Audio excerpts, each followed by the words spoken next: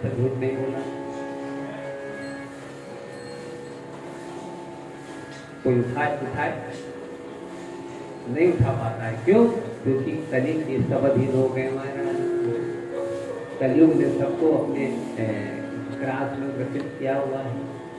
और आज यहाँ विष्णु जी ने सत्य संभाषित होकर स्पष्ट कर दिया कि देखो, यदि जीवन में सत्य का आग्रह होगा तो सत्य की ही प्राप्ति होगी। छोटे छोटे कार्यों में भी सत्य का आश्रय लेना हमको स्वीकार करना चाहिए। अपने घर के छोटे छोटे कामों में भी, मजाक में भी हमको सत्य बोलना चाहिए महाराज। और सत्य बोलने मात्र से हम भगवान के सत्य स्वरूप का बोध कर सकते हैं। आज जब ब्रह्मा जी ने असत्य बोला तो भगवान ने साक्षात भैरव जी को प्रकट किया और ब्रह्मा जी के एक सर को कटवा दिया। कहते हैं भगवान ने तो आदेश दिया, जाओ इसको समाप्त कर दो। क्यों? क्योंकि ये असत्य से अपनी श्रेष्ठता चाहता है। हमें ऐसे लोग इस संसार में नहीं चाहिए, जो असत्य करें, जो अन्याय करें, जो अपराध करें, ऐसे लोग हमें नहीं चाहिए। पर विष्णु जी ने चरण पकड़ दिए, कहने लगे प्रभु है तो आप ही का भक्त है, गलती भी हो गई तो आप ही का तो भक्त है, इसे क्षमा कर दो, क्षमा कर दो। और भगवान ने विष्णु जी की बात सुनकर उनको क्षमा कर दिया। कहने लगे ब्रह्मा जी अब तुम 4 मुख के ही रहोगे, 5वां मुख तुम्हारा ये कट गया आपसे, अब तुम चतुर्मुख ब्रह्मा होकर पूजे जाओगे। तुम्हारा कोई भी मंदिर नहीं बनेगा, क्योंकि तुमने काम ही ऐसे करे, मंदिर बनने वाला काम तुम्हारा नहीं। विष्णु जी के खूब मंदिर बनेंगे। इस संसार में जितनी हमारी पूजा होती है उससे भी अधिक पूजा ऐसी होगी, ऐसा भगवान ने आशीर्वाद दिया महाराज। देखो, जो भगवान शिव की भक्ति करता है ना, उसे बहुत निर्मल होना चाहिए, बहुत निर्मल होना चाहिए। कभी भी उसे असत्य संभाषण नहीं करना चाहिए। निर्मल जन मन सो मोहे पावा, मोहे कपट छल छेद न भावा। भक्ति की ये प्रथम बात है महाराज। आप दिन रात भगवान का भजन करो और आप अपना छल कपट अगर नहीं निकालोगे तो परमात्मा की प्राप्ति नहीं होगी। आप कितने लोटे भगवान को जल चढ़ा लो, तो अगर अपने छल को समाप्त नहीं करोगे तो भगवान की प्राप्ति नहीं होगी। कोई कहे छल किसे कहोगे, छल क्या होता है? ये भी समझने का विषय है। छल क्या होता है? अरे छल का मतलब होता है जो हम हैं वो हम नहीं दिखाते, वो छल है। मन में कुछ और है, बाहर कुछ और दिखाते हैं। अब रो तो रहे हैं, भगवान के सामने हैं, पर वो आंसू किस लिए हैं? वो आंसू इसलिए हैं कि भगवान देखो इतने साल हो गए, आज तक मुझे घर नहीं मिला, एक भी है, आज तक मेरी गरीबी दूर नहीं हुई। वो आंसू इसलिए है, ये छल है। आप भगवान के लिए रोए कि प्रभु आपका प्रेम पाने के लिए मैं रोता हूं। निष्कपट होकर जब आप भगवान की भक्ति करते हैं तब महाराज भगवान आप पर प्रसन्न हो जाते हैं। तो विष्णु जी की निश्चल भक्ति से, निष्कपट भक्ति से आज भगवान प्रसन्न हो गए और विष्णु जी को अपने अंक में भर लिया। ब्रह्मा जी से कहा, ब्रह्मा जी हम तुम्हारा तिरस्कार करते हैं। तो ब्रह्मा जी फिर प्रार्थना करने लगे कि हे प्रभु कि मैं आप ही का तो हूँ। नमस्तुभ्यं भगवते बंधवे विश्वयोने सहिष्णवे दोषाणां संभवे शैलधन्वने। हे प्रभु स्वामिन प्रसीदात् महाविभूते मन्ये वरं मे शिरसे प्रमोक्षे। हे प्रभु मैं आप ही का तो हूँ और आज मुझसे अपराध हो गया। मैं जानता हूँ सत्कर्म जीव को करना चाहिए, पर मुझसे असत्कर्म हो गया और इसका कारण भी प्रभु मुझे क्षमा करना। आप ही की कृपा से सब हुआ है ना, मेरा कुछ नहीं इसमें। जानामि धर्मं न च मे प्रवर्ति, अरे जानामि धर्मं न च मे निवर्ति। त्वयि मया हृदि स्थितेन यथा नियुक्तोऽसि तथा करोमि। हे प्रभु, हे शिव जी, आप ही तो मेरे हृदय में बसे पड़े हैं। मैं चाहता तो हूँ अच्छा करना, मेरे मन में थी इच्छा कि मैं श्रेष्ठ हो, सबसे पहले मैं ही पूजा जाऊं और उसके मैंने अपराध किया, पर ये सब करवाने वाले भी तो आप ही हैं। देखो ब्रह्मा का प्रेम है ना, तभी ब्रह्मा ऐसा कह। ये सब करवाने वाले भी क्या? मेरे से अच्छा काम हो गया ये भी आपने करवाया प्रभु, और मुझसे आज बुरा काम हो गया ये भी आप ही के द्वारा। मैं कुछ नहीं हूँ प्रभु। मैं देखो, जीव जब भगवान की शरण में जाता है तो वो ऐसा कहने का साहस करता है। जब वो अपना कुछ नहीं मानता महाराज, तब भगवान कहता है, देख आज तक तूने कोई भी पुण्य अपना नहीं माना, जितने भी सत्कर्म किए कभी तूने ये नहीं कहा कि मैंने किया मैंने किया। महापुरुष अपने सत्कर्म बताते थोड़ी है किसी। तो भगवान कह रहे हैं आज तक तूने जो भी सत्कर्म किया तूने आज तक नहीं बताया किसी को कि मैंने ये सत्कर्म ये सत्कर्म, और आज तुझसे ये पाप कर्म हो गया तो मैं भी किसी को नहीं बताऊंगा तुझसे ये पाप कर्म। हाँ, भगवान बचा लेते। अरे ऐसे ऐसे पाप कर्मों से भक्त को भगवान निकाल देते हैं जिनकी कल्पना भी भक्त नहीं कर सकता, कल्पना भी नहीं कर सकता। महाराज न जाने क्या क्या दंड उसके लिए मिले, न जाने क्या क्या कष्ट दुख उसके लिए मिले, पर भगवान अपने भक्त को सहज निकाल देते हैं। महाराज ये भगवान की कृपा है, भगवान की ये महती कृपा। इसीलिए तो भगवान ने एक बार जिसने दोनों हाथ उठाकर मन से कहा कि हे प्रभु मैं आपकी शरण में हूँ, फिर भगवान उसके दोष नहीं देखते, फिर तो भगवान उसके गुणों की ही चर्चा करते हैं।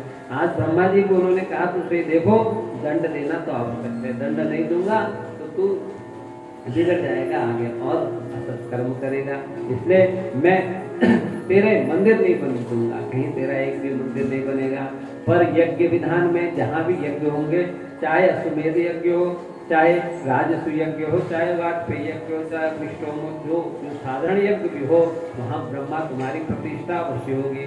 तुम्हारी प्रतिष्ठा के बिना यज्ञ पूरा नहीं होगा। इसलिए जब भी यज्ञ होता है, यज्ञ में एक ब्रह्मा जी निश्चित होते हैं, एक आचार्य होता है तो एक ब्रह्मा निश्चित होता है, और कहीं कहीं पर एक आचार्य ब्रह्मा का काम कर लेता है, तो ब्रह्म की प्रतिष्ठा होती है। बिना ब्रह्म के यज्ञ पूर्ण नहीं होता। आज से तुम प्रत्येक यज्ञ के स्वामी होगे और आज से तुम मंडलों में भी पूजे जाओगे, मंडलों में भी तुम्हारी पूजा होगी, पर प्रत्यक्ष रूप से किसी भी मंदिर में तुम्हारी पूजा नहीं होगी। ऐसा ब्रह्मा जी से कहने लगे महाराज, और सभी केतकी से कहने लगे कि अरे केतकी कि तुम मेरे आंखों से दूर हो जाओ, है? तुमने भी झूठ बोला, तुमको तो मैंने अपने सर में रखा था, है? मैं बड़े भाव से तुमको अपने सर में रखा हुआ था, है? और जब ये दोनों का कृत्य हुआ तो मुझे हंसी आई, और उस हंसी से तुम गिर पड़े मेरे सर से, है?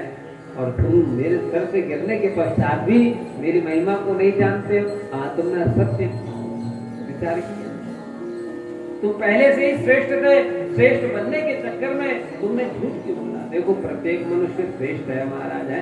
हो सकता है किसी के पास कुछ कम हो सकता है किसी के पास कुछ ज्यादा हो, पर हर कोई अपनी जगह में श्रेष्ठ है। श्रेष्ठ बनने के चक्कर में मनुष्य को अपने तत्व को नहीं भूलना चाहिए। हम सब श्रेष्ठ हैं।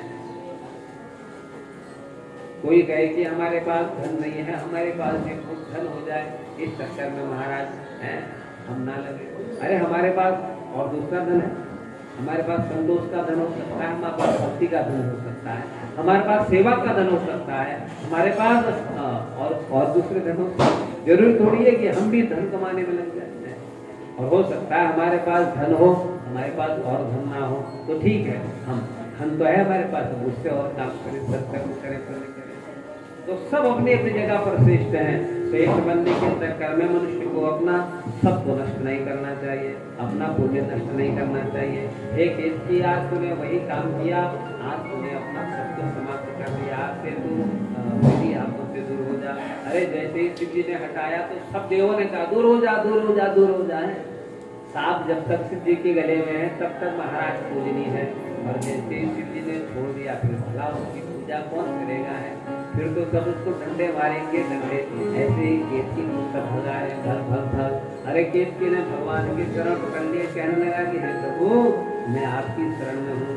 नमस्ते नाथ में जन्म निष्फलम भवदाज्ञया सफलम कीर्ताम दाता क्षमताम मम कीर्तनम ज्ञान कृतम पापम नाशयत्येव ते स्मृति साधो कई निश्चय में जादो सबको भो भवे।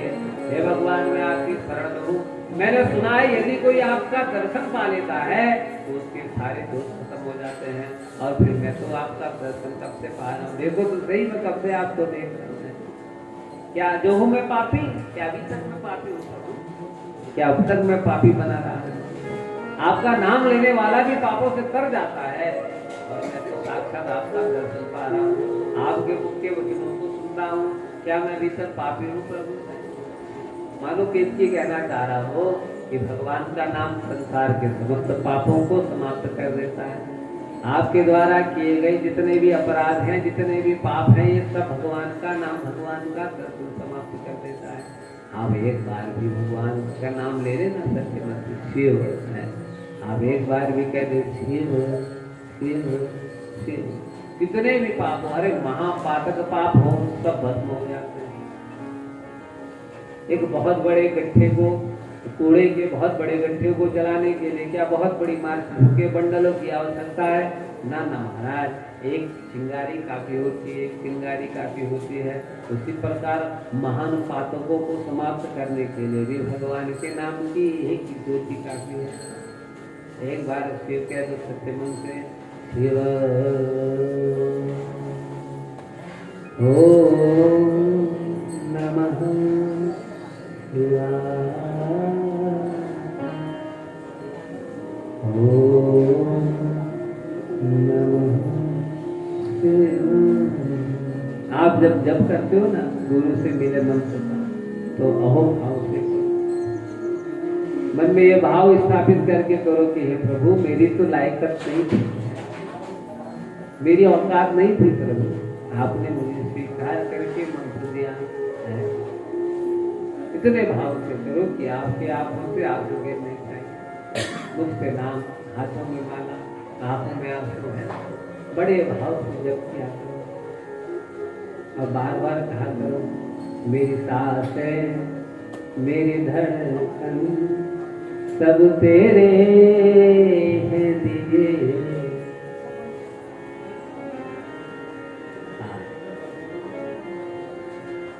तो आज केतकी को भगवान ने कहा, देख अब मैं तुझे स्वीकार नहीं करता हूँ, और मेरे मंडप पे तू चढ़ेगा, जहां मैं मंडप पर पूजा जाऊंगा शिवरूप में, उस मंडप पर तू चढ़ेगा, और अन्य देवता तुझे स्वीकार करेंगे, ब्रह्मा जी, विष्णु जी, ये सब तुझे स्वीकार करेंगे।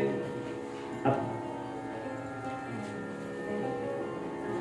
भगवान आनंदित हुए, कहते हैं ब्रह्मा और विष्णु ने भगवान को नमस्कार करके, प्रणाम करके, हैं, एक वाम भाग में विष्णु जी खड़े हो गए और दक्षिण भाग में ब्रह्मा जी खड़े हो गए। जिस तरफ हृदय है उस तरफ वामों में इन्होंने विष्णु जी को कर लिया, दक्षिण भाग पर ब्रह्मा जी को कर लिया। भगवान शिव कहने लगे, देखो ब्रह्मा, देखो विष्णु, तुम मेरे ही अंगमन में है, तुम मेरे ही स्वरूप बनकर पूजे जाओगे, हैं, अपने कृत्यों को श्रेष्ठ करते जाना। उपदेश करने लगे भगवान, उनको बताने लगे इस संसार में शिव के अतिरिक्त और कुछ भी नहीं है, अहमेवा तमेवाग्रे। आज भगवान ने भी वही उपदेश दिया कि हमारे अतिरिक्त इस संसार में कुछ भी नहीं है, जो कुछ भी तुम्हें दिखाई दे रहा है सब हमें हम हैं, जो कुछ नहीं रहेगा उसमें भी हम हैं, और नहीं रहने और होने के बीच का भी जो कुछ रहेगा उसमें भी हम ही हैं। आज ब्रह्मा जी और विष्णु जी को भगवान उपदेश करने लगे। कहते हैं भगवान ने आज इनको दीक्षा दी, इनके कान में भगवान के नाम का मंत्र दिया और बड़े सुंदर तरीके से कहा, ओम नमः शिवाय। कान में मंत्र होगा किसके? विष्णु के, ब्रह्मा जी के अपने शिष्य बनाए भगवान के। भगवान शिव जी के शिष्य हैं ब्रह्मा और विष्णु। जैसे गुरु ने आपको मंत्र दिया, ऐसे ही शिव जी ने भी मंत्र दिया। भगवान कहने लगे, दिनम में ततः पुण्यम भविष्यति महत्तरम, शिवरात्रि ख्याता तिथिरेशा। इन दोनों ने बड़े भाव से सेवा करी भगवान। कहा प्रभु आपने हमें ज्ञान दिया है, आपने हमें नाम ज्ञान दिया, हम आपको क्या दें? भगवान ने कहा कोई ऐसी वस्तु दो जिसको पाकर फिर तुम्हें कुछ देना न रहे। संसार की वस्तुएं तो तुम देते हो पर फिर देना रहता है, कुछ ऐसा दो। तो कहते इन दोनों ने अपने आप को ही भगवान को दे दिया कि प्रभु हम अपना मन तन धन सब आपके चरणों में अर्पित करते हैं, अब आप जैसे चला हम वैसे चलेंगे। और उस दिन से विष्णु चलाता कौन है? ब्रह्मा, शिव जी। और ब्रह्मा को कौन चलाते हैं? शिव जी। करते कर्म भले ही विष्णु है। इस संसार को मोक्ष कौन दे रहा है? इस संसार को मोक्ष भगवान विष्णु देते हैं, पर उस मोक्ष को देने वाला कौन है? शिव जी है। शिव। इस संसार को चलाने वाले ब्रह्मा जी हैं, पर चला कौन रहा है? शिव जी है। शिव जी महाराज। लग रहा है कि हम कर रहे हैं, पर करने वाला कौन है?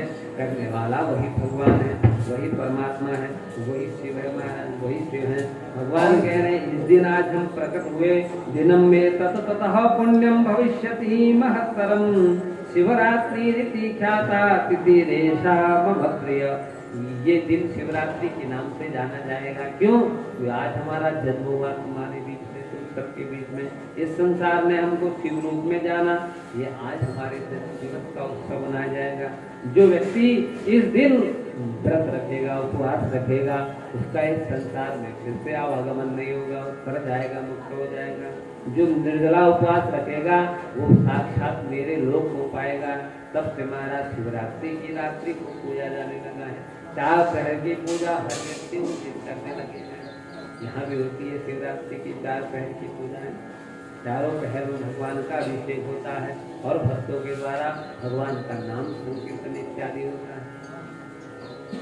और कहने लगे, तुष्टो हम भक्तो पूजिष्यामि महादिने। और जिस दिन मैं लिंग स्वरूप में प्रकट हुआ, ज्योति स्वरूप में प्रकट हुआ, वो दिन मार्गशीर्ष मास के आद्रा नक्षत्र का दिन। देखो, मार्गशीर्ष का महीना होगा। मार्गशीर्ष तो आप जानते ही हैं, दिसंबर महीने में जो महीना लगता है मार्गशीर्ष माह। उस महीने में जो जिस दिन आद्रा नक्षत्र होगा, उस दिन में पैदा हुआ था, वो दिन भी शिवरात्रि के समान माना जाएगा। अब बहुत लोग शिवरात्रि को तो जानते हैं, पर इस आद्रा नक्षत्र वाले मार्गशीर्ष के दिन को नहीं जानते। वो भी उतना ही पूजनीय है जितना महाराज ये पूजनीय है।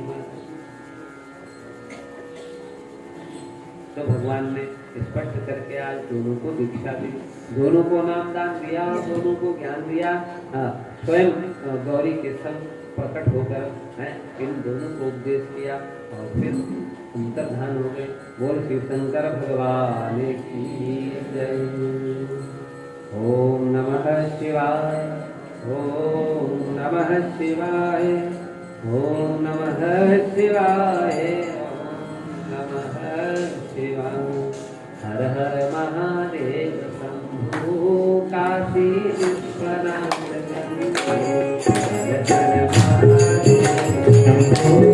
काशी विश्वनाथ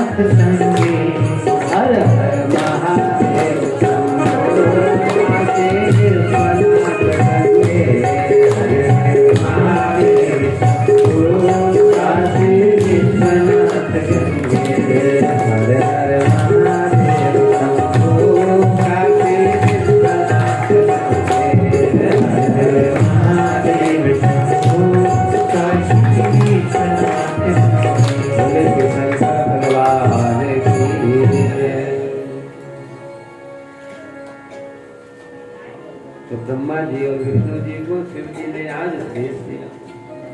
देखो जब भगवान का उपदेश इनको मिला तो इनका कल्याण हो गया, फिर कभी मोह नहीं हुआ, फिर कभी मोह नहीं हुआ, फिर विष्णु जी को कभी मोह नहीं हुआ, फिर ब्रह्मा जी को कभी मोह नहीं हुआ।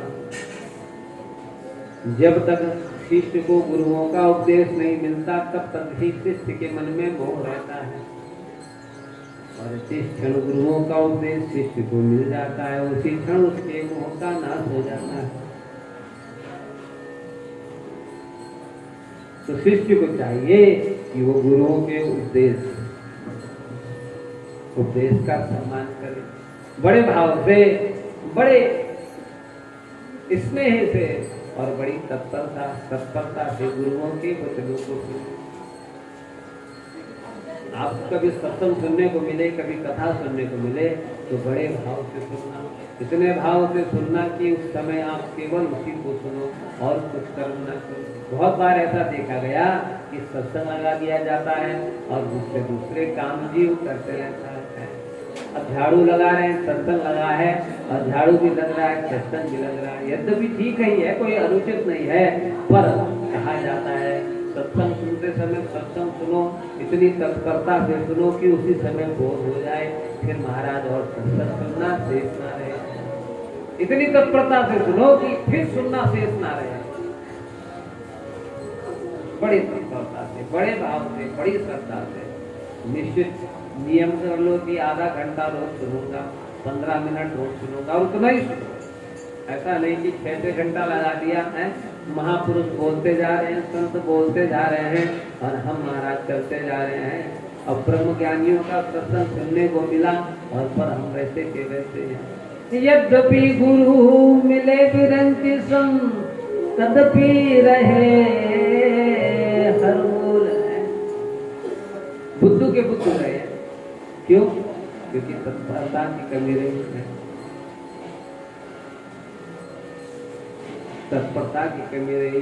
अरे जिस प्रकार कामी पुरुष स्त्री भोग करने में तत्परता दिखाता है, उस प्रकार की तत्परता मनुष्य को चाहिए भगवान की प्राप्ति में है। उस समय सब कुछ भूल जाता है। वो भूखा मनुष्य भोजन करते समय जो तत्परता दिखाता है महाराज है, वो कोई दिन का भूखा और सामने महाराज सुंदर सा भोजन मिले और वो तत्परता दिखाता, उस समय सब भूल जाता है। ऐसी तत्परता जब तक जीव के हृदय में नहीं आएगी तब तक उसको भगवान मिलने वाले नहीं, तब तक उसके हृदय में परमात्मा का प्रकाश नहीं होने वाला है।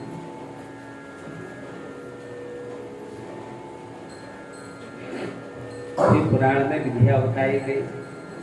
अरे ऋषि मुनियों, शौनक आदियों ने पूछ लिया कि हे प्रभु, आपने हमें इस कथा को सुनाकर धन्य कर दिया, हम धन्य हो रहे हैं, बार बार धन्य हो रहे हैं। देखो दान देने वाले तो बहुत हैं, कोई धन का दान देता है, कोई अन्न का दान देता है, कोई वस्त्र का दान देता है, पर वास्तव में जो सत्संग का दान दे वही सबसे बड़ा दान है। जो भगवान की कथा का दान दे वही सबसे बड़ा दान है। योग वेदांत सेवा समिति आप सबको ना सत्संग का दान देती है ना, मेरे गुरुओं में अन्न इत्यादि का दान भी देती है, और जिनको जरूरत है उनको सत्संग का दान भी देती है हमारे। ये सबसे बड़ा दान है, इस दान से बड़ा कोई दान नहीं। क्यों? अन्न दान से तो केवल पेट भर जाता है, वस्त्र दान से तो तन भर जाता है, पर सत्संग के दान से मनुष्य के जीवन की महाराज भूख खत्म हो जाती है, उसके जीवन का असंतोष खत्म हो जाता है, उसके जीवन की तृष्णा खत्म हो जाती है। तो कह रहे हैं आपने बताया कि भगवान की भक्ति करें, और आप बताइए यदि कोई श्रवण ना कर पाए भगवान के नाम का, यदि कोई कीर्तन ना कर पाए भगवान के नाम का, यदि कोई मनन भी ना कर पाए भगवान के नाम का, तो उसे क्या करना चाहिए? उसके लिए कोई विधान है? हो सकता है कि वो श्रवण ना कर पाए, कान बहरे हो, सुन ना सके हैं, होते बहुत लोग सुन नहीं पाए। अब कोई सुनाते रहे तो क्या सुनेंगे, कैसे सुनेंगे? हो सकता है कि वो कीर्तन भी ना कर पाए, वाणी से कुछ बोल ना सके, भगवान के नाम को समझ ना पाए, तो क्या करना चाहिए उनको? वो मनन भी ना कर सके है? ऐसे लोगों के लिए कुछ है जिनके पास खूब धन है, समय का अभाव है, कुछ भी नहीं कर सकते, तो उनको क्या करना चाहिए? कलयुग के जीवों के लिए कुछ बताइए। तब कहने लगे कि वो भगवान शिव का पूजन करें, पूजन, वो भगवान के लिंग का पूजन करें, शिव जी का पूजन। बड़ी सीधी सी बात कह दी है कि वो सुंदर सा भगवान का लिंग बनाए हैं और सुंदर सा भगवान का लिंग बनाकर उसकी पूजा करें। मिट्टी का लिंग बनाए, पत्थर का लिंग बनाए, सोने का लिंग बनाए, चांदी का लिंग बनाए, अरे जिस गप्पी का भी बनाना चाहे वो बनाए और उनको स्थापित करके नित्य उनकी पूजा करें। दो लिंग होते हैं, एक लिंग होता है चल, एक लिंग होता है अचल। अचल लिंग को स्थापित कर दिया जाता है एक जगह पर, जैसे हृदयेश्वर महादेव स्थापित हो गए, ये अचल हो गए, अचल है। और एक नर्मदेश्वर आपके घर में है, वो चल हो गए, वो इधर उधर जाते रहते हैं, इधर उधर जाते रहते हैं, आप कभी जाते हैं तो उनको अपने साथ ले जाते हैं, वो चललिंग हो गए। तो कह रहे हैं अचल अथवा चललिंग को स्थापित करना चाहिए और नित्य उसका पूजन करना चाहिए। जिसके कुछ भी समझ में नहीं आता वो केवल नित्य भगवान को जल चढ़ा दे और नित्य भगवान का पूजन करते हैं, भगवान को भोग लगा दे, भगवान को चंदन लगा दे, भगवान को कुमकुम लगा दे, अक्षत चढ़ा दे, फूल चढ़ा दे, बेल पत्र चढ़ा दे, हाथ जोड़कर कह देगी हे प्रभु मैं तुम्हारा हूँ, ओम नमः शिवाय, ओम नमः शिवाय, ऐसा कुछ कह दे, तब भी उसका कल्याण हो जाएगा। क्यों? क्योंकि शिव बड़े भोले हैं, शिव जी बड़े भोले हैं। आसुतोष तुम अवडर नानी है, बड़े भोले हैं, वो जीव का उत्थान कर देते हैं। जो को धीरे धीरे उनकी जो पूजा करता है, करते करते करते करते करते उसका ज्ञान स्थापित होने लग जाता है। शुरू में तो हर कोई पूजा करके ही भगवान के परम भरोसा बन सकता है। प्रारंभिक अवस्थाएं होती हैं जब हम भगवान के ऊपर जल चढ़ाते हैं, पर शिव जी धीरे धीरे करके हम सबको पुष्ट कर देते हैं।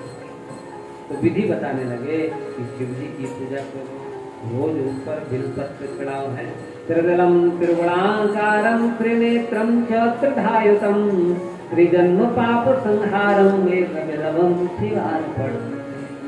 ये बिलपत्र दिखता तो साधारण है, ये 3 पत्ते वाला बिलपत्र होता है, दिखता साधारण है पर ये अनेकों जन्मों के पापों को काट देता है। हाँ? माँ लक्ष्मी से इसका प्रादुर्भाव हुआ। कहते हैं लक्ष्मी जी ने चाहा कि कैसे मुझे भगवान विष्णु की परम भक्ति मिले, ऐसा कौन सा उपाय होगा जिसको करके भगवान विष्णु से मैं कभी भी अलग ना हूँ, सदैव मैं उनके चरणों में अपने मन को लगाए रखूं, ऐसा कौन सा उपाय होगा?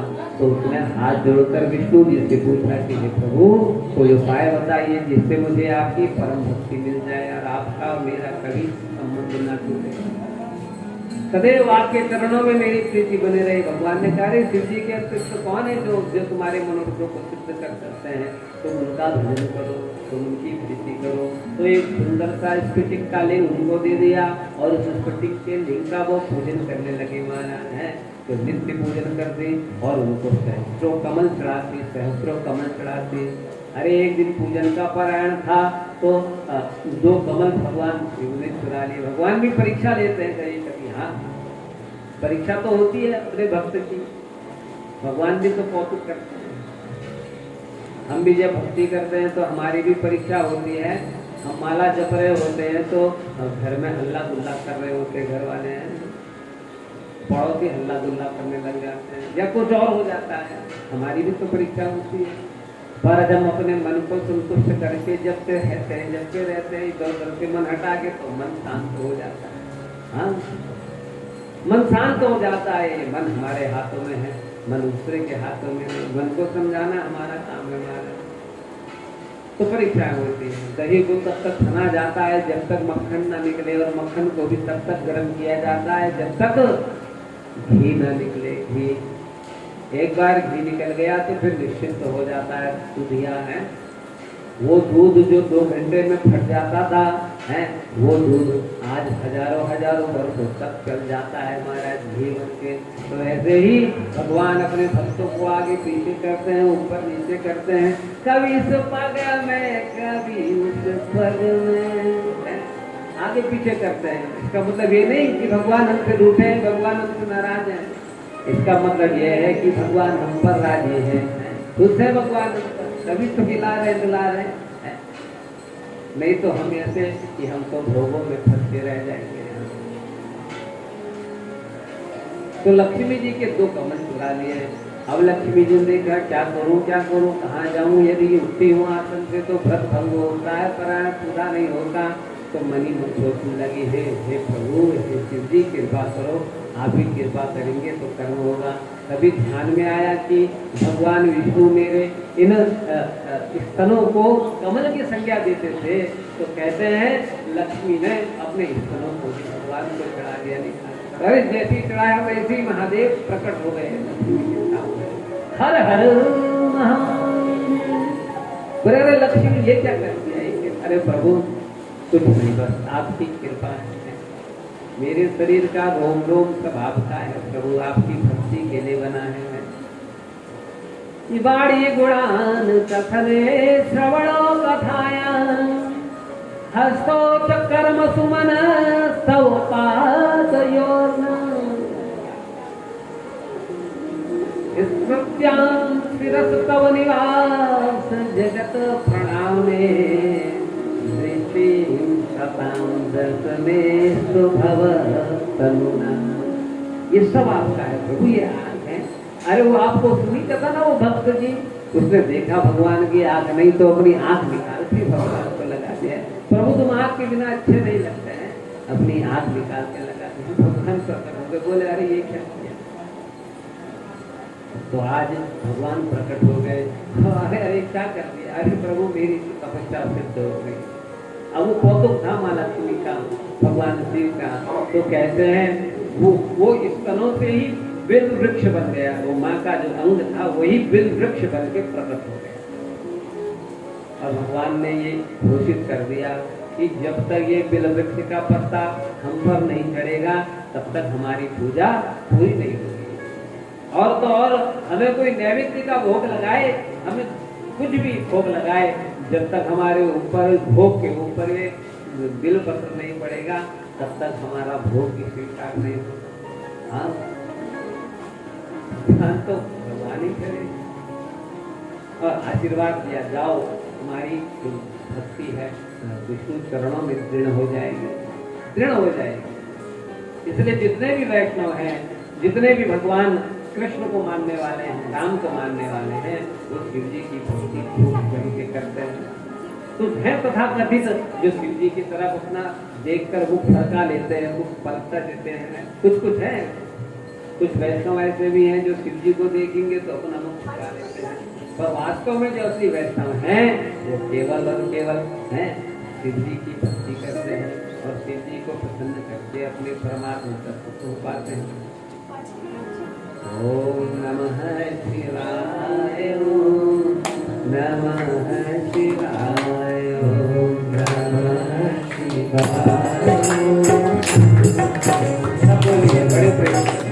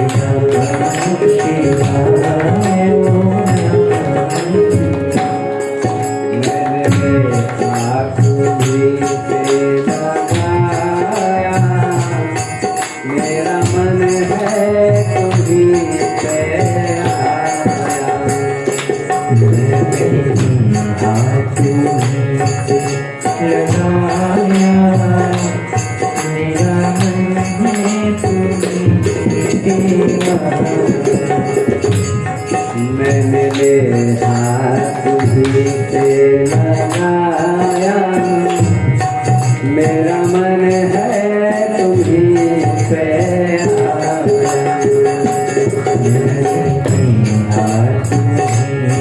सब गाइए, आप अपने भी उसी से लिहाज लगाया है।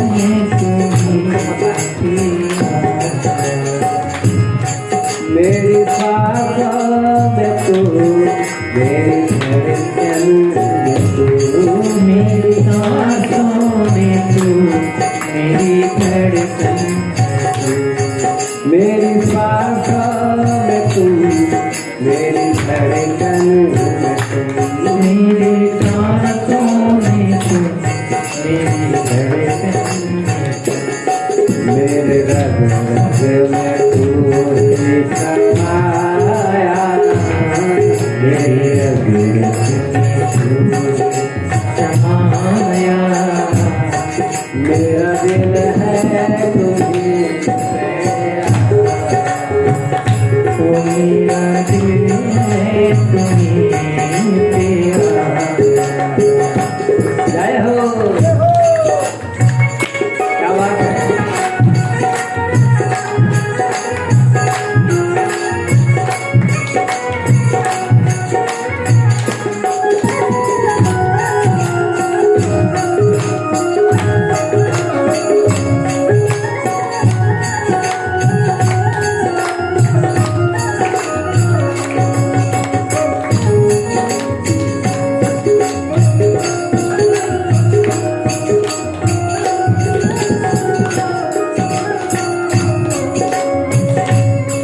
मुझसे पूछो न तुम,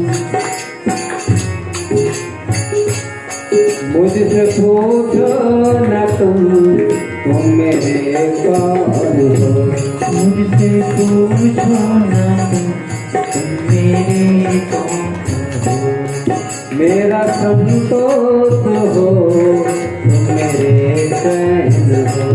मेरा संतोष हो तुम मेरे चैन हो। मेरा संतोष हो तुम मेरे चैन हो। मेरा संतोष हो तुम मेरे चैन हो। तेरे होने से मैं हो पाया, तेरे होने से मैं हो पाया। मेरा दिल है तुझी पे आया।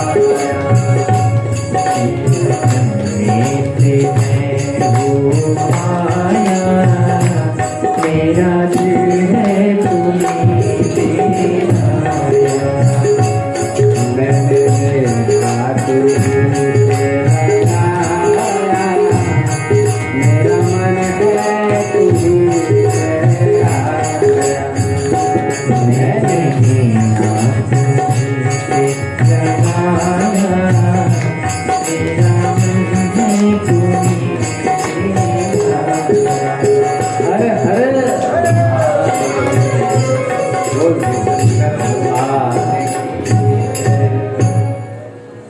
कथम लिंगम प्रतिष्ठाय कथम वा तस्य लक्षणम कथम वा तत् समर्भच्च काले देशे च केनहि। कहने लगे कहाँ लिंग की स्थापना करनी चाहिए,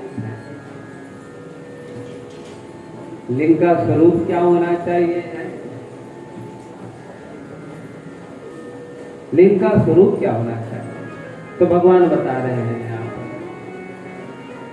कह रहे हैं कि देखो जो अचल लिंग हो उसका स्वरूप भक्त के एक अंगुल से प्रारंभ होता है।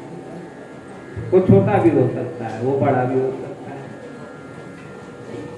जो चल लिंग है, जो चलता है इधर उधर, अर्थात भक्त जिसको अपने साथ ले जाता है।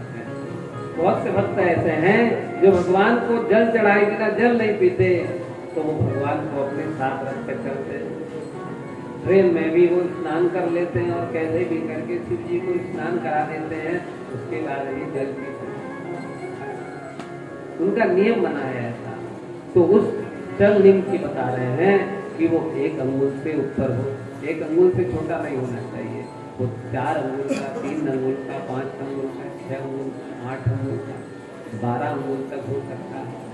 और जो अचल लिंग है जो स्थापित किया जाता है कई मंदिर इत्यादि में, वो 12 अंगुल से ऊपर होना चाहिए, 12 अंगुल से छोटा नहीं होना चाहिए।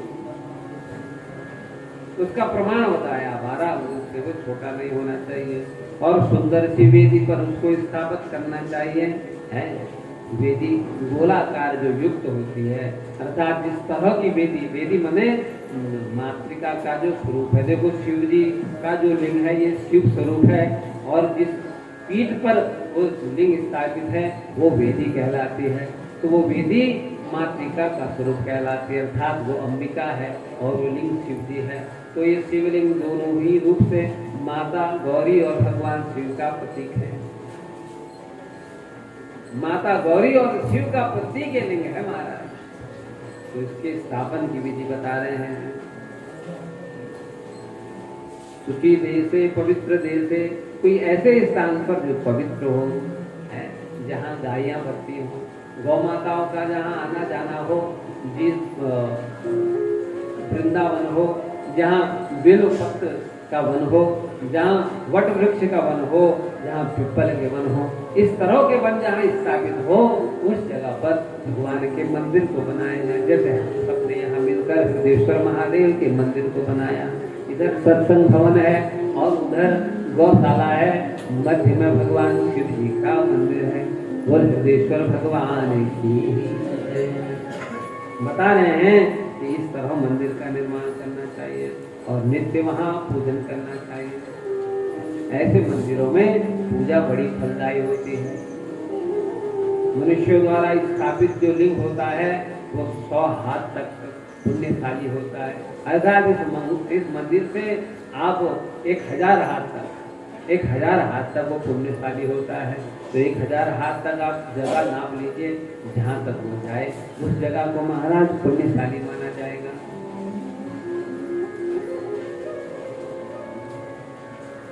सौ हाथ तक, क्षमा करें, केवल 100 हाथ तक उसका प्रमाण होता है। और जो लिंग ऋषियों के द्वारा स्थापित होता है, देवताओं के द्वारा स्थापित होता है, उस लिंग को 1000 हाथ तक, 1000 हाथ इस तरफ से, उस तरफ से, उस तरफ से और इस तरफ से, अर्थात चारों दिशाओं से 1000 हाथ प्रमाण का वो पुण्य क्षेत्र माना जाएगा, तीर्थ क्षेत्र माना जाएगा। अर्थात ये मंदिर है, ये मंदिर मनुष्यों द्वारा स्थापित किया गया, तो इसका प्रमाण क्षेत्र 100 हाथ माना जाएगा। तो 100 हाथ लगा दीजिए आप, इस दीवार के अंदर तक आए या थोड़ा बाहर तक जाए, आगे तक जाए, तो उतना क्षेत्र पुण्य क्षेत्र माना जाएगा। पुण्य क्षेत्र का मतलब उस जगह पर आप जो भी दान पुण्य इत्यादि करेंगे वो सब 100 गुना हो जाएगा, 100 गुना। इस जगह पर एक बार एक माला आप जपोगे तो माला 100 गुना हो जाएगी। ऐसे शिव क्षेत्र की महिमा है महाराज। और जो स्थान ऋषियों के द्वारा स्थापित किया जाता है, जो शिवलिंग महामुनियों के द्वारा स्थापित किया जाता है, देवताओं के द्वारा स्थापित किया जाता है, उस स्थान का 1000 गुना अर्थात 1000 हाथ का प्रमाण होता है। तो 1000 हाथ जितना जाए आप नाप लीजिए, 1000 हाथ, तो उस स्थान पर किया गया जब तब भी 1000 गुना हो जाता है। और ज्योतिर्लिंग इत्यादि जितने भी लिंग हैं, इन स्थानों पर 4000 हाथ प्रमाण का क्षेत्र माना जाता है महाराज। तो 4000 क्षेत्र का इनका फल भी 4000 गुना हो जाता है महाराज। तो ऐसी महिमा इन क्षेत्रों की बताई गई है। और एक लिंग जो होता है आपका हृदयेश्वर भी होता है, अर्थात आपके हृदय में बैठा भगवान भी होता है। उस लिंग का पुण्य भी अनेकों अनेकों गुना होता है, अनंत गुना होता है महाराज। गुरु को भी शिव कहा जा रहा है, गुरु को भी शिव कहा जाता है। और गुरु के समक्ष बैठकर भी जब जप किया जाता है, जब दान पुण्य इत्यादि किया जाता है, वो भी अनंत अनंत गुना होता है महाराज। भगवान कह रहे हैं इस संसार में जो कुछ भी है सब शिव है। ये पेड़, ये वृक्ष, ये लता है, ये अता पता जो कुछ भी है सब शिव स्वरूप है। शिव के कई रूप हैं, एक रूप नहीं है। आप तुलसी के बिरवे में जल चढ़ा रहे हैं तो ये भी आपने शिव जी को ही जल चढ़ाया। हाँ, कई बार ऐसा देखा गया, बहुत लोगों को ऐसा देखा गया। आपने गौ माता को जल पिलाया, ये भी आपने शिव जी को ही जल चढ़ाया। हाँ, आपने नंदी को जल पिलाया, ये भी आपने शिव जी को ही जल चढ़ाया।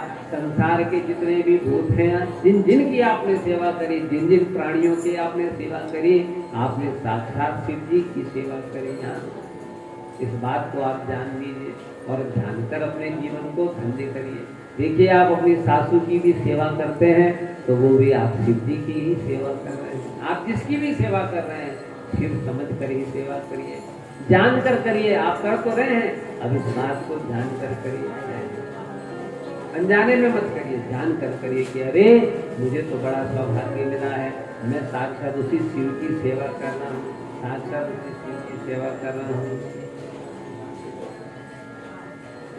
मिट्टी के शिव जी बनाए जा सकते हैं। अपने कल्याण के लिए मनुष्य को चाहिए कि वो पार्थिव पूजन करे। देखो लिंगों का विधान बताया, कहने लगे कि सतयुग में रत्नमय लिंगों का विधान था। रत्न अर्थात रत्नों के, हीरा के, पन्ना के, मूंगा के और भी पुखराज के, ये जो भी रत्न थे उन रत्नों के लिंग बना के उनका पूजन किया जाता था। और त्रेता में हेम संभव अर्थात सोने के लिंग का विधान हो गया। सोने के लिंगों की पूजा त्रेता युग में की जाती थी। और द्वापर में तो पार्थ लिंग की पूजा का विधान था, पर कलयुग में तो पार्थिव पूजन का विधान कर दिया गया। मिट्टी से जो बनने वाले लिंग हैं उनका विधान कर दिया गया। प्रत्येक मनुष्य को चाहिए इस कलयुग में समस्त दोषों की निवृत्ति के लिए अपने घर में नित्य पार्थिव लिंग बनाकर उनका पूजन करना चाहिए। मिट्टी से सुंदर से पार्थिव बना लेने चाहिए। किसी के जीवन में आरोग्यता की कमी है, आरोग्यता की वृद्धि करने के लिए उसको चाहिए कि मिट्टी में थोड़ा सा गौ माता का गोबर भी मिला ले और उससे वो पार्थिव बनाए। एक लिंग बना ले, 2 बना ले, 3 बना ले, 11 लिंग बना ले, 108 लिंग बना ले। हैं हमारे उत्तराखंड में तो पार्थिव पूजन का विधान है, 108 लिंग बनाकर पार्थिव पूजन किया जाता है भगवान शिव के।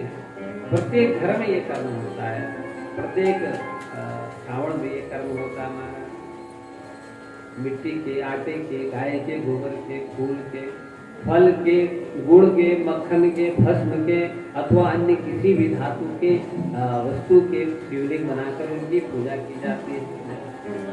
और मिट्टी के शिवलिंगों की बड़ी महिमा है। जो कोई भी इस कर्म को करता है, देखो कर्म तो आप करते हैं, पूजा पाठ तो आप करते हैं, पर जब पूजा पाठ आप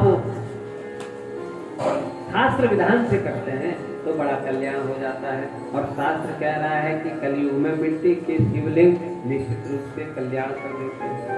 तो आप अपने जीवन में शिवलिंग मिट्टी के अवश्य बनाएं।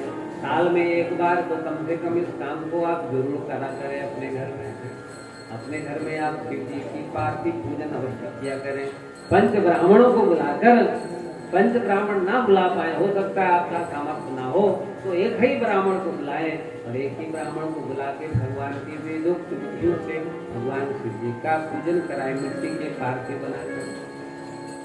ऐसा करने मात्र से जीव का मोह भंग होता है, संसार से उसकी आसक्ति खत्म होती है, उसे उसके मनोरथों की प्राप्ति तो होती ही है, और साथ ही साथ भगवान की भक्ति भी मिलती है। ओम नमः शिवाय। श्रद्धया शिव भक्तायाम दत्तम शिव पदपदम। जो कोई भी श्रद्धा से भगवान शिव की पूजा करता है, भगवान शिव उसको सब कुछ दे देते हैं। अरे जिनके भाग्य में कुछ भी नहीं हो, भगवान उनको वो भी दे देते हैं। जिनके पास संपत्ति नहीं हो, भगवान उनको संपत्ति देते हैं। अरे ब्रह्मा जी कहते हैं हमने तो भाग्य में लिखा ही नहीं था, फिर इनको कैसे मिल गया? तब वो कहते हैं कि अरे हमने शंकर के दरवाजे को खटखटाया, भाव ही बेत ही सकही त्रिपुरारी। इस संसार में हमारे भाग्य के अंकों को यदि कोई बदल सकता है तो वो केवल और केवल शिव है। ये जानकर हमें शिव जी की पूजा बड़ी श्रद्धा भाव विश्वास से करनी चाहिए। शिवलिंग के स्थानों की बड़ी महिमा है महाराज। जहाँ जहाँ भगवान के शिवलिंग है, हमें उन स्थानों में अवश्य जाना चाहिए। शास्त्र जो कह रहा है नित्य हमें दर्शन करना चाहिए। अब आप बहुत दूर ना जा सके तो कम से कम हृदयेश्वर महादेव इस स्थान पर है, तो नित्य यहाँ आकर आप एक लोटा जल भगवान को चढ़ा दें। नित्य चढ़ा दें। हो सकता है कोई दूर रहता हो तो वो नित्य ना आए तो हफ्ते में एक बार आ जाए, और एक बार आकर अवश्य यहाँ जल चढ़ा दें। अपने गुरु के चरणों में आकर अपना मत्था झुका दे। ये तो स्थान बड़ा पवित्र हो गया है। यहाँ तो गुरु क्षेत्र है, गौ क्षेत्र है, शिव क्षेत्र है। तो शिव क्षेत्र की महिमा बता रहे हैं। कह रहे हैं पुण्य क्षेत्रे स्थिता वापी गोपाद्यम पुष्कराणि च शिव गंगे विज्ञेयम शिवस्य वचनम यथा। शिव क्षेत्र के जितने भी स्थान हैं, यहाँ का जो नल है ना, ये नल पानी का ये साधारण नल नहीं है महाराज, ये तो साक्षात गंगा जी है, गंगा जी। हाँ, शिव क्षेत्र के जो स्थान बता रहे हैं इनकी महिमा सुनिए। यहाँ जो पानी का स्थान है ये गंगा जी है, और यहाँ जो महाराज है भोजन का स्थान है, साक्षात अन्नपूर्णा का भोजनालय है। ये छोटी मोटी जगह नहीं, इस स्थान पर आकर खूब जप करें, भगवान के 12 ज्योतिर्लिंगों में जाकर जप करें, तप करें, पुण्य करें, दान करें। आपके पास ही त्रिम्बकेश्वर भगवान है, वहाँ चले जाएं, वहाँ दर्शन करें। और भी अन्य जगहों में भगवान के स्थान है, वहाँ जाकर दर्शन करें। देखो, दर्शन करने से मन पावन होता है, और पावन मन में ही पवित्रता आती है। पवित्रता आते ही मन निर्मल हो जाता है, निर्मल होते ही मन का कपट इत्यादि सब भग जाता है, और जैसे ही मन शुद्ध स्वस्थ होता है वहाँ परमात्मा विराजे ही दिखते हैं। तो पहले से ही विराजा दिखना प्रारंभ हो जाता है। तो इसलिए भगवान के दर्शन करते रहने चाहिए। बार बार इन आंखों को परमात्मा के दर्शन कर कर आनंदित करते रहना चाहिए। महात्माओं के दर्शन, गौओं के दर्शन, संतों के दर्शन, भक्तों के दर्शन, श्रेष्ठ पुरुषों के दर्शन करते हुए इन आंखों को आनंदित करना चाहिए महाराज। तीर्थ क्षेत्रों में जाके पाप नहीं करना चाहिए। हम पुण्य क्षेत्रों में जाए ना तो हम अपने मुख को बंद कर लें। क्यों बंद कर लें? कहीं हमारे मुख से किसी की निंदा ना हो जाए, कहीं हमारे मुख से कोई ऐसे शब्द ना निकल जाए जिससे मोरा कोई आहत हो जाए है? तो पुण्य क्षेत्रों में जाकर सब कर्म करें, खूब सेवा करें, खूब दान करें, खूब पुण्य करें। फिर चाहे ये क्षेत्र हो, चाहे 100 हाथ वाला क्षेत्र हो, चाहे 1000 हाथ वाला क्षेत्र हो, चाहे 10,000 वाला क्षेत्र हो, उन स्थानों में जाकर पुण्य कर्म करें। अपने पितरों का श्राद्ध करने से शिव क्षेत्र में जीव के पितरों की गति हो जाती है। कहते हैं किसी के पितर यदि नरकों में पड़े हुए हैं और उनकी गति नहीं हुई है तो उस शिव क्षेत्र में जाकर उनके निमित्त कर्म करें। जैसे बहुत से लोग त्रिम्बकेश्वर जाते हैं और त्रिम्बकेश्वर में जाके नारायण बलि इत्यादि कराते हैं और साथ कर्म कराते हैं। यदि उनकी कुंडली इत्यादि में कोई दोष है तो वो क्षेत्र में जाए, अथवा तो शिव क्षेत्र जहाँ शिव के मंदिर हैं उन मंदिरों में जाके सत्कर्मों को करें, पुण्य कर्म को करें, पाप ना करें, क्योंकि पाप भी उतना ही गुना हो जाएगा। यदि हम किसी की निंदा भी करेंगे, यदि हम किसी की स्तुति भी करेंगे, कोई अपराध हमारे द्वारा तीर्थ क्षेत्र में हो जाएगा तो वो भी कई गुना हो जाएगा। इसलिए अन्य क्षेत्रे कृतम पापम पुण्य क्षेत्रे विनश्यति, और पुण्य क्षेत्रे कृतम पापम वज्रलोक भविष्यति।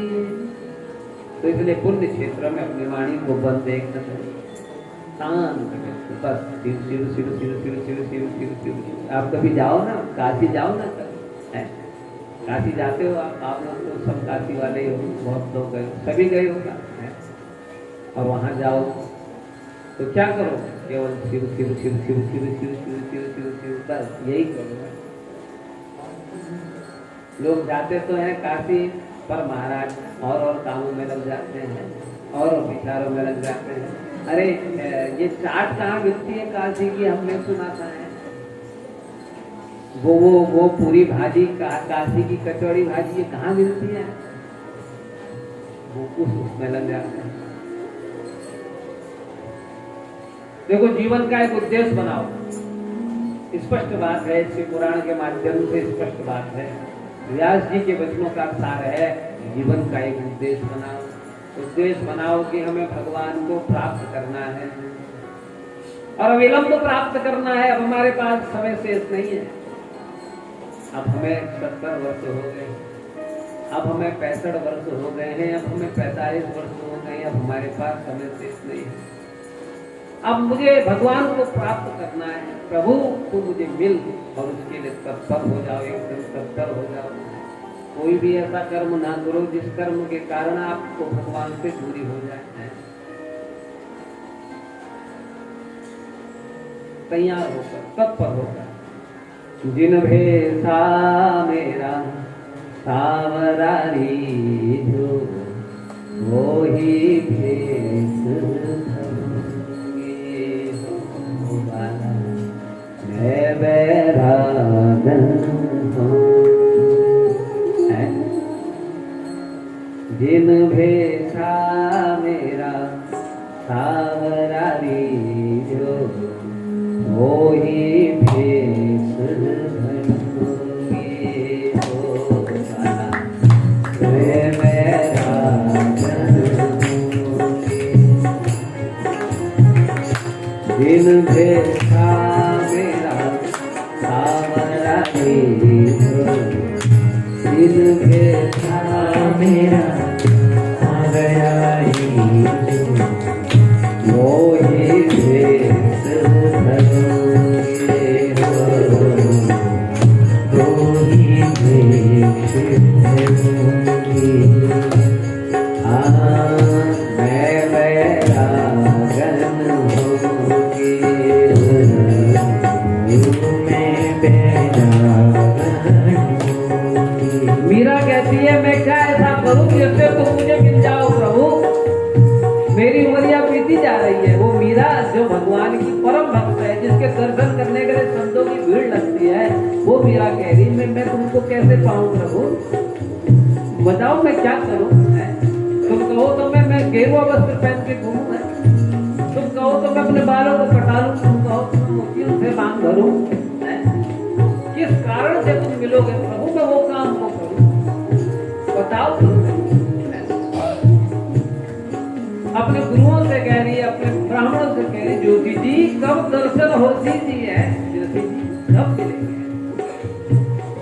कहो तो मोतियन मानस समान, कहो तो मोतियन मानस समान, कहो छिटकाओ देता, कहो छिटकाओ देता, कहो तो कुसुमल साड़ी रंगाऊं, कहो तो कुसुमल साड़ी रंगाऊं, कहो तो भगवा भेसा, कहो तो भगवा भेसा, मैं बैरागन होंगी हो, मैं बैरागन होंगी जिन भेसा मेरा सावरा रीझो, जिन भेसा मेरा सावरा रीझो वो ही भेस वो ही भेष धरूंगी हो, मैं बैरागन होंगी हो, मैं बैरागन होंगी। शंकर भगवान की जय। श्रद्धया शिव भक्तायां दत्तं शिव पदं प्रदम्।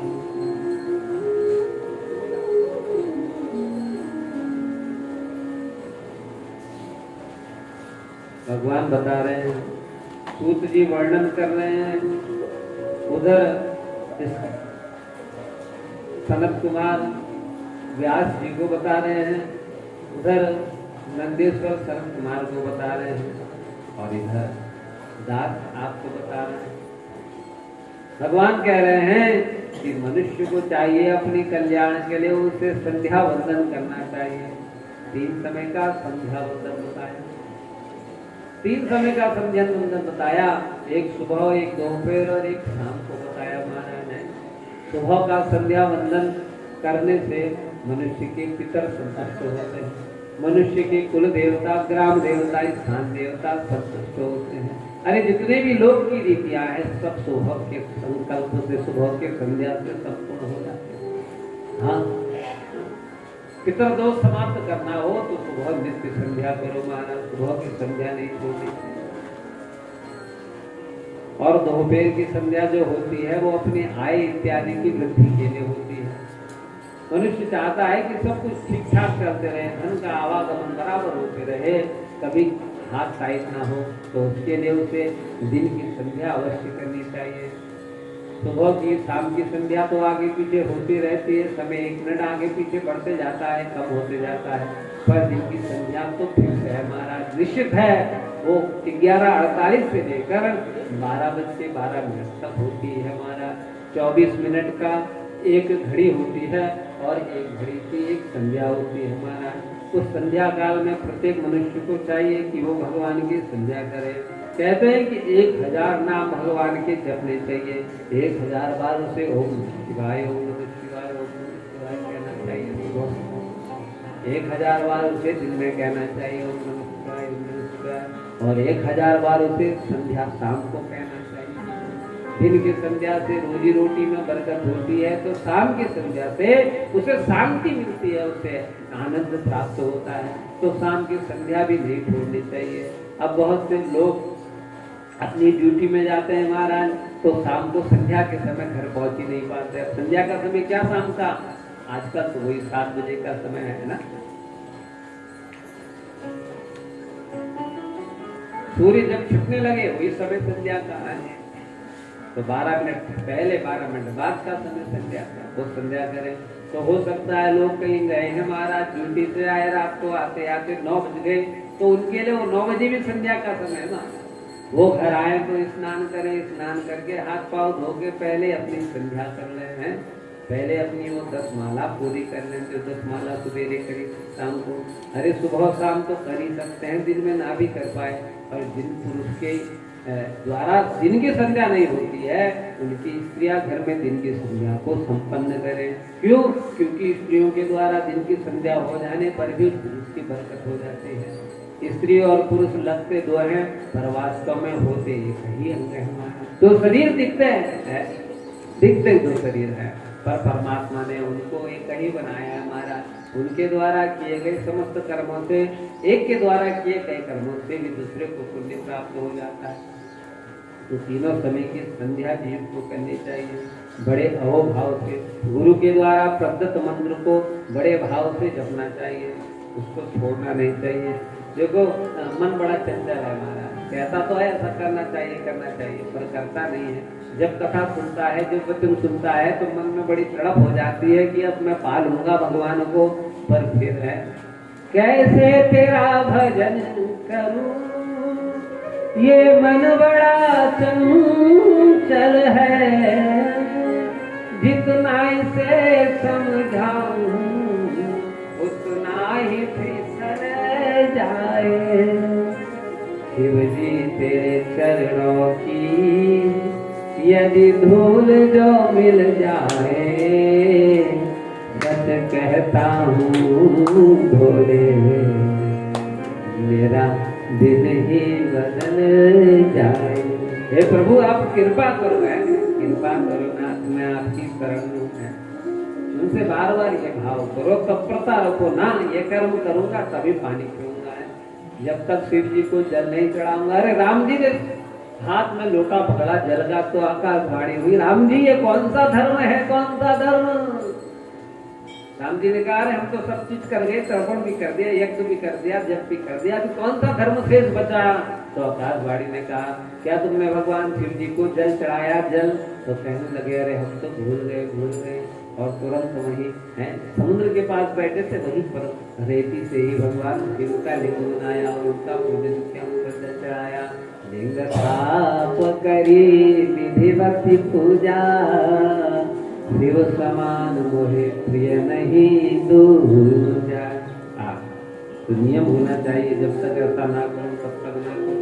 अरे जब तक 10 माला ना जपूं तब तक मैं कुछ भी खाऊंगा नहीं। फिर परीक्षाएं होंगी, उन परीक्षाओं में आप उत्तीर्ण होंगे। क्यों?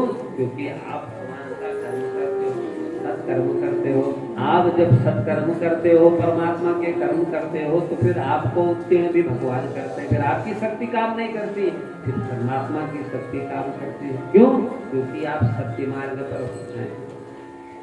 फिर कैसी भी परीक्षा हो जाए, आपकी इस परीक्षा को भगवान पास करते हैं। अरे वो सेनापति ने मन में संकल्प लिया था कि मैं साधुओं की सेवा करूंगा। और वो सेनापति बाल काटते थे। किसके बाल काटते थे? पहले तो गली गली घूमकर सबके बाल काटते थे। फिर भगवान ने ऐसी लीला बनाई कि महाराज एक दिन राजा के घर में जाने का अवसर मिला। राजा के बाल काटे, चंपी करी, तो राजा ने कहा अरे तुम तो बहुत अच्छा करते हो, आज से तुम ही करोगे। तो उनको ले लिया अपने घर में।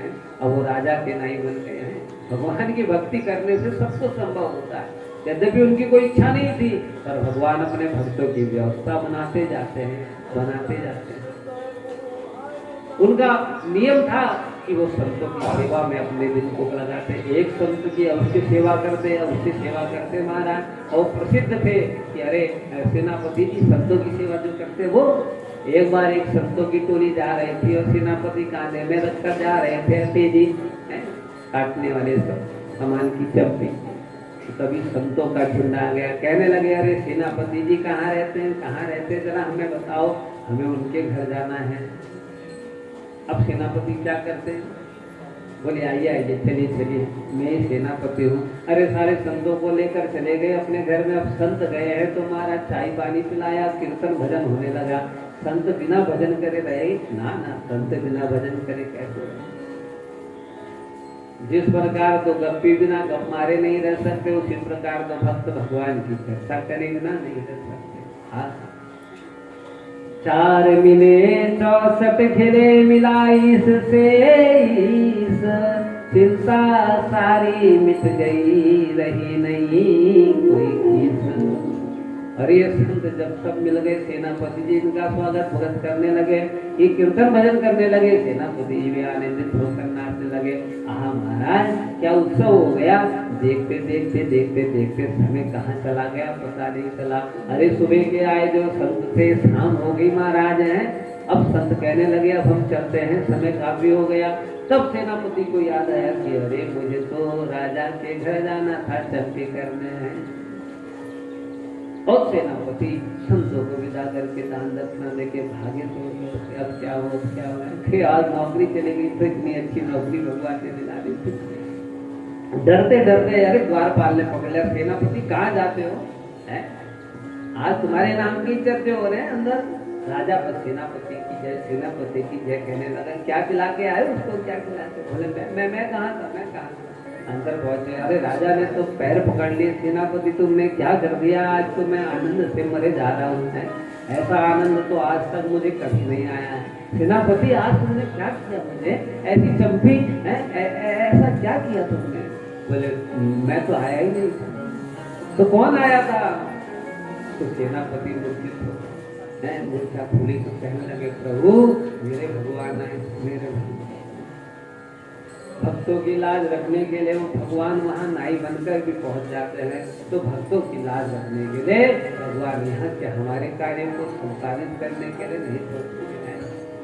भक्तों के लिए आपने क्या क्या नहीं किया, भक्तों के लिए आपने क्या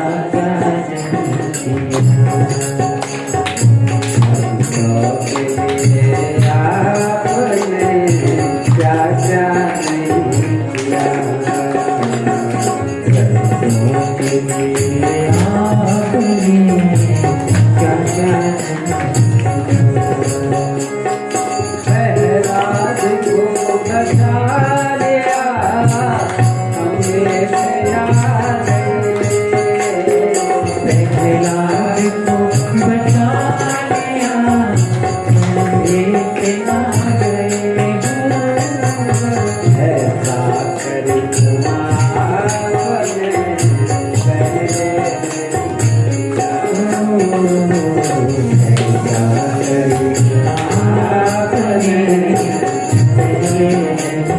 जिसने द्रौपदी की लाज बचाई, जिसने ऋषिका की लाज बचाई है, जिसने सेनापति की लाज बचाई, क्या वो हमारी लाज नहीं बचाएगा?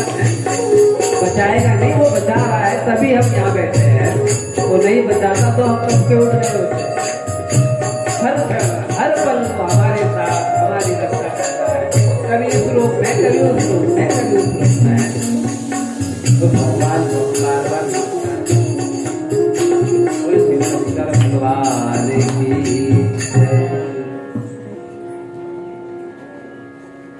के समय पूर्व में बैठकर संध्या करनी चाहिए और संध्या सायंकाल की जो वो उत्तर की तरफ मुख करके करनी चाहिए। उत्तर को शिव जी की दिशा कही गई है महाराज। उत्तर को दिशा मुख करके जप करने से शांति मिलती है और अनुभव को मुख करने से पूर्व की तरफ अपने कार्य सिद्ध होते हैं। कार्य मनुष्य के संसार में जन्म लिया तो कार्य भी उसकी सिद्धि के लिए उसे ये काम करना चाहिए। कहते हैं नित्य मनुष्य को भगवान शिव का पूजन करना चाहिए और पूजन करने से पहले अपने माथे पर भस्म धारण करनी चाहिए, भस्म लगानी चाहिए। भस्म वो भस्म गौमाता के गोबर से बनी होनी चाहिए। गौमाता का गोबर, गौमाता गोबर करे तो हाथ लगा ले, नीचे ना गिरने दें। और वो जो हाथ में भस्म गिरी उसको महाराज सुखा ले, किसी पटले पर सुखा ले, धरती का स्पर्श ना होने दे और फिर उसको जलाए सुंदर से किसी पात्र में, ताम्र पात्र में, और तब जाके भस्म बनाए, उसमें घृत इत्यादि मिला करें।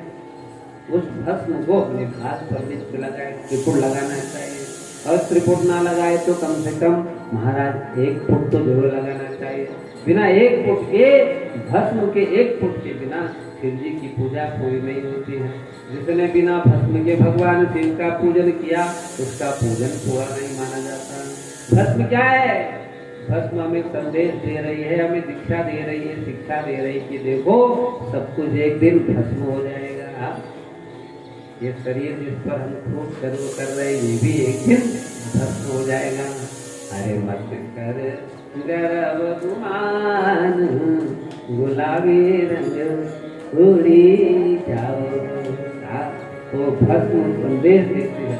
भस्म पकड़ते ही हमको मन में ये संदेश मिलता है कि अरे देखो तो उस भस्म को माथे पर लगाओ है, त्रिपुट लगाओ, जैसे भी पर लगाओ। यहाँ तो आदेश है कि त्रिपुट लगाना चाहिए। बिना त्रिपुंड के, बिना भस्म लगाए और गले में रुद्राक्ष के बिना मनुष्य को भगवान शिव की पूजा नहीं करनी चाहिए। जब वो गले में रुद्राक्ष पहन के त्रिपुंड लगा के भगवान शिव की पूजा करता है तभी वो पूजा उसकी सिद्ध होती है, तभी वो पूजा उसकी फलदायी होती है। पर कभी कभी ऐसा हो सकता है कि भस्म भी ना मिले और त्रिपुंड रुद्राक्ष भी ना मिले, तब क्या करें हैं? तो पूजा ना करे हैं?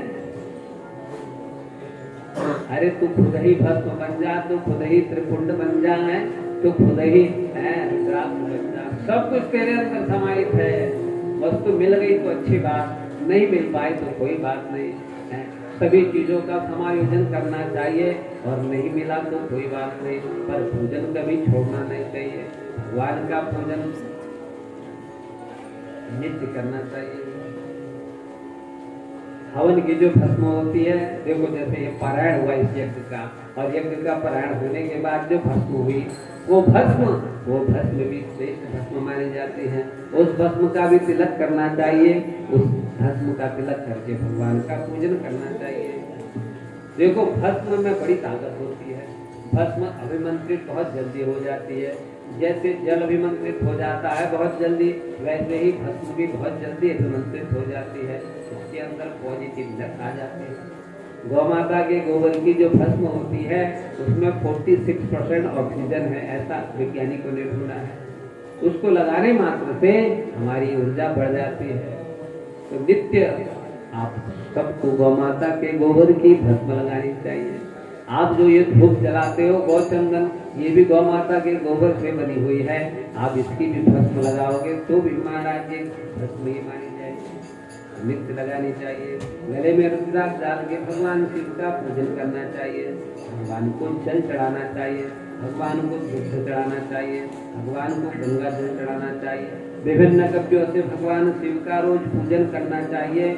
और बताया है कि जिसके घर में कोई मंगल कार्य नहीं हो रहे हैं तो मंगल कार्य जब कभी घर में होते तो क्या करते हैं?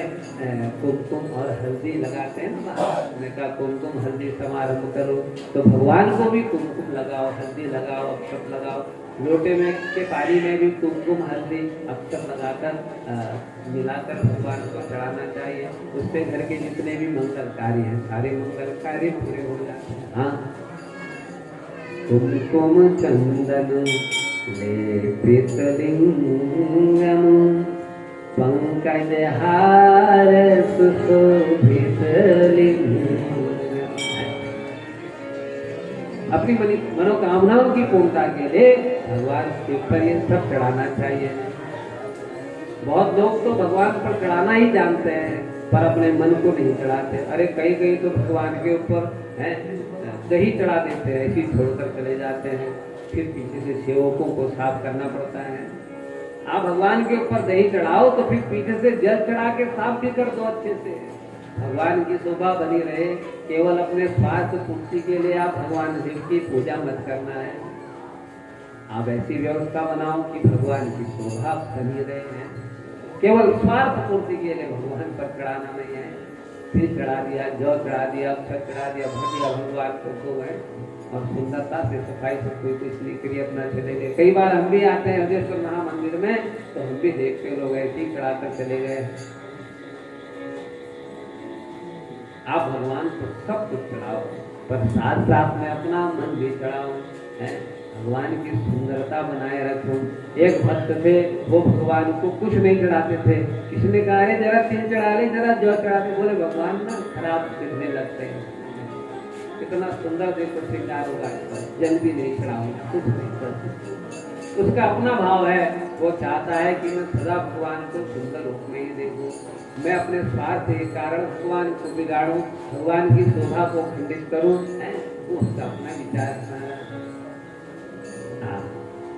तो नित्य भस्म धारण करनी चाहिए और नित्य मनुष्य को यज्ञ करना चाहिए। यज्ञ करने के लिए आम की लकड़ियाँ, शमी की लकड़ियाँ, पीपल की लकड़ियाँ और पलाश की लकड़ियाँ, विभिन्न लकड़ियों की बात कही गई। और यज्ञ ना कर सके तो गौ माता के गोबर के कंडे पर ही घृत डालकर यज्ञ किया जा सकता है। रोज अपने घर में एक गोबर का कंडा जलाओ महाराज, और गोबर के कंडे के ऊपर 1 चम्मच, आधा चम्मच, आधे चम्मच से भी कम घी डाल दो। यही यज्ञ है, आपका पूरा घर उस वातावरण से भर जाएगा। अनेकों प्रकार के यज्ञ बताए। सूर्य जब उगते हैं उस समय एक यज्ञ होता है जिस यज्ञ को अग्निहोत्र कहा जाता है। सूर्य जब छिपता है उस समय एक यज्ञ होता है जिसको अग्निहोत्र कहा जाता है। केवल 2 आहुति उस समय पड़ती हैं, चावल की 2 आहुति, उसको अग्निहोत्र कहा जाता है। विभिन्न प्रकार के यज्ञ हैं, इन यज्ञों को मनुष्य को करना चाहिए। पर यज्ञों में सबसे बड़ा यज्ञ है जप यज्ञ। मनुष्य को चाहिए कि वो नित्य जप यज्ञ करे। सुबह 1000 माला, सुबह 1000 नाम और शाम को 1000 नाम अवश्य करे भगवान के, और आगे पीछे परमात्मा के नाम को अवश्य जपते रहे। अपने मन को निर्मल बनाकर, सद्वृत्ति बनाकर भगवान में अपने मन को टिकाए रहे। ऐसा करने से मनुष्य का निश्चित रूप से कल्याण हो जाता है। अग्नि रीति भस्म, वायु रीति भस्म, व्योमिति भस्म, जलमिति भस्म, स्थलमिति भस्म, अनेकों प्रकार की भस्म है, अनेकों प्रकार के यज्ञ हैं और अनेकों प्रकार के पूजन के विधान है। पर इन सब में सबसे बड़ा विधान यही है कि दोनों हाथ जोड़कर वो अपने भगवान को, अपने इष्ट को मनाने के लिए उनकी शरणागति स्वीकार करे। महादेव शंभु सभी बात पूरे, लपेटे जटा झूठ खावे धतूरे, चढ़े शीस गंगा भुजंगा विराजे, रहे देव नंगा सभी काम साजे। कैलाश राणा शिव चंद्र मौले, फणीन्द्र माते मुकुटो जलहारी, कारण्य शंभु भवदुःखहारी, तुझ बिन शंभु मुझ कौन तारी है। और ये भाव रखे कि तुम्हारे अतिरिक्त मुझे कौन तार सकता है। जल से तो भगवान को नहलाते हो, दूध से तो नहलाते हो, कभी आंखों के जल से भी भगवान को नहलाते। आप जब भगवान को जल चढ़ाते हो ना तो आपके आंखों से आंसू भी आ जाने चाहिए। ऐसे भी इतने वर्ष हो गए हैं, आज तक आपके स्वरूप का बोध नहीं हुआ, सब कृपा हो गई। इन आंखों के जल से जब होगा अभिषेक तुम्हारा, हे मेरे भोले तेरा दर्शन होगा तब बड़ा प्यारा। बोल शिव शंकर भगवान की।